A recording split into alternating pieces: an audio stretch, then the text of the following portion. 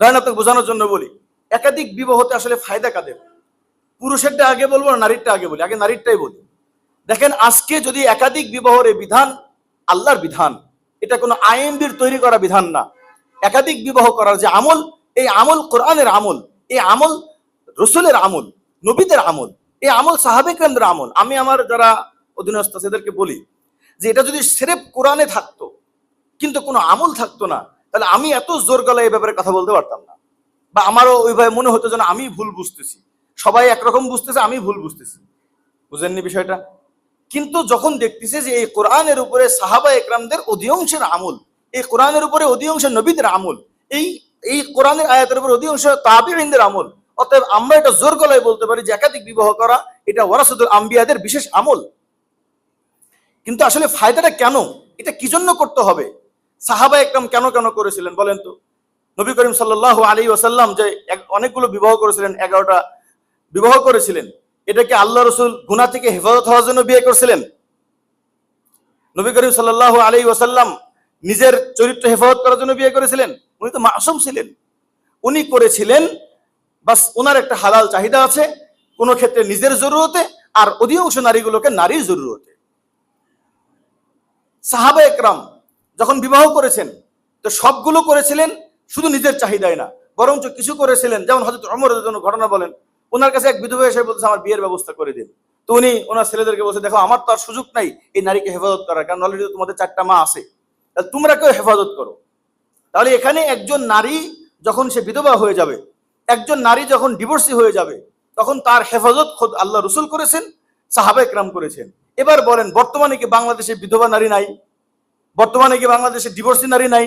তো অনেকেই শুধু বলে যে ওই সময় যুদ্ধ বিগ্রহ সময় ছিল এই কারণে একাধিক বিয়ে করেছে, এখন তো যুদ্ধ বিগ্রহ নাই। ভাই, যুদ্ধ বিগ্রহ না থাকলেও তো বাংলাদেশে প্রায় 1 লাখ বিধবা নারী আছে। এই 1 লাখ বিধবা নারী তার সন্তানগুলোকে নিয়ে যে কি পরিমাণ কষ্টে থাকে, এটা আপনারা তাদের সাথে যখন যোগাযোগ করবেন, আমরা তো ভাই একদিন যাই, বাস অমুক ফাউন্ডেশনের পক্ষ থেকে আজকে আমরা ত্রাণ বিতরণ করবো, বিধবাদেরকে একটা করে লেপ দিয়ে আসবো, ছবি টবি তুলে নিয়ে আসলাম, দায়িত্ব শেষ। কিন্তু পরের দিন সকালবেলা রান্নার তার সন্তানগুলোকে তার চাচারা ভালো করে দেখে না। আমাদের কাছে আমার নিজের শাশুড়ি বিধবা, কিন্তু তার সন্তানগুলো তার চাচারা লালন পালন করে না। তো এই নারীটা কি করবে? আমাদের আইএমবি আমাদের চেয়ারম্যান সাহেব বিবাহ করেছেন, এই পুরা পরিবারের উনি বিবাহ করেছেন তার মাকে, ওনার মেয়েকে আমি বিবাহ করছি, আর 2টা সন্তান আছে, একটার খরচ উনি দেয়, একটার খরচ আমি দিই, পুরা পরিবার ধরে হেফাজত। পুরো পরিবার, কাউকে আপনার ডোনেশন দেওয়া 1 লাখ টাকা আপনি দিবেন, কয়দিন তার খরচ চালাবেন বলেন?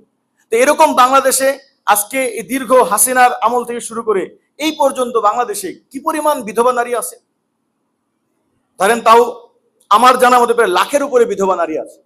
ডিভোর্সি নারী কি পরিমাণ আছে, অন্ধ নারী কি পরিমাণ আছে, পঙ্গু নারী কি পরিমাণ আছে, বুবা নারী কি পরিমাণ আছে। এই সমস্ত নারীগুলো কিন্তু প্রথম বিয়ের ক্ষেত্রে বড় কষ্টের মধ্যে আছে। আমি তো অনেক সময় বলি, 3 সন্তানের মা, একজন ফারেক, দাওরা ফারেক আলেম, যারা সবেমাত্র ওয়ারাসাতুল আম্বিয়া হয়ে আসলো, তাকে যদি বলেন দেখো একটা 3 সন্তানের মা একটা আছে, একটু হেফাজত করো, ভাই আমি তো কেবল ফারেক হয়েছি, ভাই 3 সন্তানের মা, আমার একটা বাকেরা লাগবে। এবার বলেন এই 3 সন্তানের মাকে হেফাজত কে করতে পারে বাংলাদেশে? আরেকজন মানুষ যে তার প্রথম স্ত্রী পালার পরেও তার এত পরিমাণ টাকা আছে, সে থাইল্যান্ডে চলে যায়। আমরা বলি থাইল্যান্ডে না যে ওই টাকাটা দিয়ে আমার একটা বিধবা বোনকে বিয়ে কর। তোমার থাইল্যান্ডে যেয়ে নর্তকীদের পিছনে টাকা খরচ না করে, তোমার টাকা আছে, তুমি আমার আরেকটা বিধবা বোন, আরেক ডিভোর্সিকে বিয়ে করো। কিন্তু আমাদের দেশের সমস্যা হলো যে এই যে একজন বিধবা একজন ডিভোর্সি নারীকে আরেকজন বিয়ে করতেছে, তার স্বামী তার বড় স্ত্রী এটা মানবে না, অথচ জানে যে আমার স্বামী অন্যায় করে বেড়ায়, নির্দিষ্টভাবে না জানলেও অনির্দিষ্টভাবে জানে। আবার যদি অন্যায় নাও করে, তারপরেও তো আমার মনে হয় যারা সত্যিকারের নারীর দরদি, তারা নিজের স্বামীকে উদ্বুদ্ধ করবে যে আপনার তো মাশাআল্লাহ তারা টাকা পয়সা বহুত দিয়েছে, ওই যে আমার খালাতো বোনটা বিধবা, আমরা কোন সময় মাঝে মাঝে দান করি, এইভাবে কি আমার বোন চলে? আপনার এত টাকা পয়সা আছে, আপনি সব বন্ধুর পিছনে লাখ লাখ টাকা খরচ করেন, কেন আমার ওই বিধবা বোনটাকে আপনি বিয়ে করেন? এইরকম মানসিকতার নারী আমার আপনার বড় বোর নাই। কেন নাই? আমি তো বুঝাই নি আপনাকে, আমরা তো বুঝাই না নিজের স্ত্রীদেরকে যে তাদের এখানে ওরা মনে করে যে একাধিক, আমার স্বামী একাধিক বিয়ে করছে মানে আমার স্বামী খারাপ, আমার স্বামী একাধিক বিবাহ করছে, হ্যাঁ আমি এটাতে কোনোভাবেই মেনে নিতে পারবো না।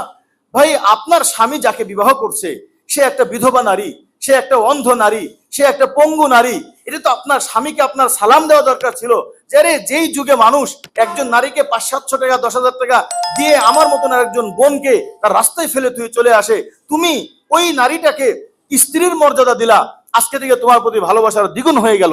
এই কথা যে বলতে পারবে সেই হলো কেবলমাত্র ভালো নারী, মারআতে সালেহা।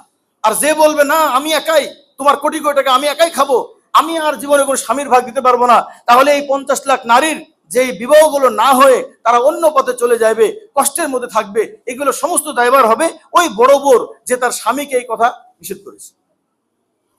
দেখেন এখানে নারীদেরই উপকার বেশি। আজকে যদি একাধিক স্ত্রী থাকে, এগুলো হাস্যকর কথা না। নারীদের হেফাজতটা একাধিক বিবাহ ছাড়া, যেই দেশে একাধিক বিবাহের বিধান নাই সেই দেশে নারীরা পতিতা হয়ে ঘুরে বেড়ায়। আর যেই দেশেই দেখবেন যে একাধিক বিবাহর বিধান আছে সেই দেশে, ধরেন আপনাকে বোঝানোর জন্য বলি, আমাদের দেশে ধরেন যদি 8 কোটি নারী থাকে, এর মধ্যে যদি সমস্ত নারীগুলো যদি স্ত্রী হয়ে যায়, বা ধরেন 40 লাখ মানুষ যদি একাধিক বিয়ে করে, তাহলে কিন্তু আমাদের দেশে আর কোনো নারীর কোনো জায়গায় পতিতা হয়ে থাকা লাগবে না, সবাই তো বউ হয়ে গেছে। কিন্তু যদি আমাদের দেশে একাধিক বউ না, বিয়ের বিধান না থাকে, তাহলে এই নারীগুলো যখন হেফাজত হবে না, তখন যে যেদিক দিয়ে পারে সে সেদিক দিয়ে নিয়ে যাবে। দ্বিতীয় নম্বর, দেখেন স্ত্রীরা সবসময় নিজের স্বামীকে পুরোপুরি খেদমত অনেক সময় করতে পারে। নিজের বাবার বাড়ি যাওয়া দরকার হয়, তখন নিজের স্ত্রীরা যায়, বাবার বাড়ি তো ভালো করে থাকতে পারে না, থাকে আর এদিকে স্বামী বলে কি আর করবা, এই তো মাত্র 1 সপ্তাহ জন্য আসছে, তুমি একটু হোটেলে মোটেলে খায় নিও। ভাই ভাত নাই হোটেলে মোটেলে খাইলো, তো বাকিগুলো হোটেলে মোটেলে থাকে সেরে ফেলে। বুঝেননি? স্ত্রী তো নাই, স্ত্রী রাগ করে বাপের বাড়ি চলে গেছে 3 মাস 5 মাস। তো যদি আপনার আরেকজন সতীন থাকতো, যদি আপনার আরেকজন হালাল বউ থাকতো, তাহলে আপনার স্বামীর কোনো সমস্যা ছিল না। কারণ একজন স্ত্রী যখন বাবার বাড়িতে যাবে, সে আরামে 1 মাস 1.5 মাস থাকলেও কোনো সমস্যা নাই, কারণ তার স্বামীর তো অলরেডি আরেকজন খেদমত করার জন্য স্ত্রী আছে। এখন যেহেতু একটাই স্ত্রী, এই স্বামীরা যেতে দেয় না। এই যে আমার ভাইরা ভাই, সে আমার শালিকে নিয়ে যাবে, তো শুনতেছি ও যেতে দিচ্ছে না, এখন আমার স্ত্রীর সাথে ভাইরা বউ চলে যাবে।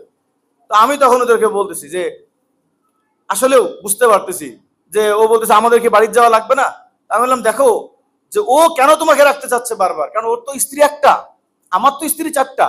আমার স্ত্রী গেলে তো সমস্যা নাই, সে 1 মাস না 5 মাস থাকুক মায়ের বাড়িতে, সে যদি মায়ের বাড়িতে বাচ্চা হওয়ার সময় থাকতে ভালো লাগে সে ওখানে থাকুক, কারণ আমার তো এখানে 3টা স্ত্রী আছে। কিন্তু বেচারার তো বউ একটা, তুমিও যদি চলে যাও তাহলে ওই ঈদটা কাটাবে কার সাথে? ওর তো মাথা গরম হবেই। এখন কয় যে ভালো মুসিবত, এমন মুসিবত থেকে বাঁচার একটাই উপায়, তুমি আরেকটা বিয়ে দিয়ে দাও, তাহলে দেখবে আর টেনশন করবে না। তো নারীদের এখানে জীবনটা অনেক সহজ হয়ে যায় একই বাসার মধ্যে যদি থাকে। এই যে আমার এখানে স্ত্রীরা সবাই এখানে উপস্থিত আছেন, নুরুদ্দিন ভাইয়েরও 4 স্ত্রী এখানে উপস্থিত আছেন, একই বাসার মধ্যে না, কিন্তু যদি নিজেরা একে অপরে থাকে। আপনার স্বামী আজকে অসুস্থ হয়েছে, আমার এক ফুপু, আমার ফুপা উনি প্যারালাইজড হয়ে গেছে। তো ফুপু একা মানুষ, আজকে 7টা বছর কি পরিমাণ কষ্ট করতেছে। তো ফুপু আমাকে বলে যদি আজকে আমরা 3 জন ওনার স্ত্রী হয়ে থাকতাম, তাহলে আজকে 3 জন মিলে ওনার খেদমত করতে পারতাম। ওনার বুঝে এসে গেছে। এই তো ভাই একাধিক বিবাহ নারীদের জন্য উপকার।